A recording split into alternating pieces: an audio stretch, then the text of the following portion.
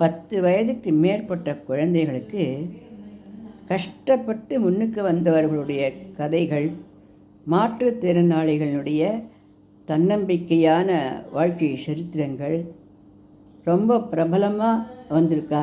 ஆனால் ஆரம்ப காலத்தில் அவள் எப்படி கஷ்டப்பட்டா, எப்படி முன்னுக்கு வந்தா அப்படின்னு சொல்லக்கூடிய சரித்திரங்கள், சயின்டிஸ்டுகளுடைய கதைகள், ஆராய்ச்சியாளர்களுடைய கட்டுரைகள், இப்படிலாம் நிறைய நம்ம கூட உட்காந்து அவளோட கூட சனிக்கிழமை ஞாயிற்றுக்கிழமைகளில் நாம்ளும் படிக்கணும், அவளையும் படிக்க சொல்லணும்.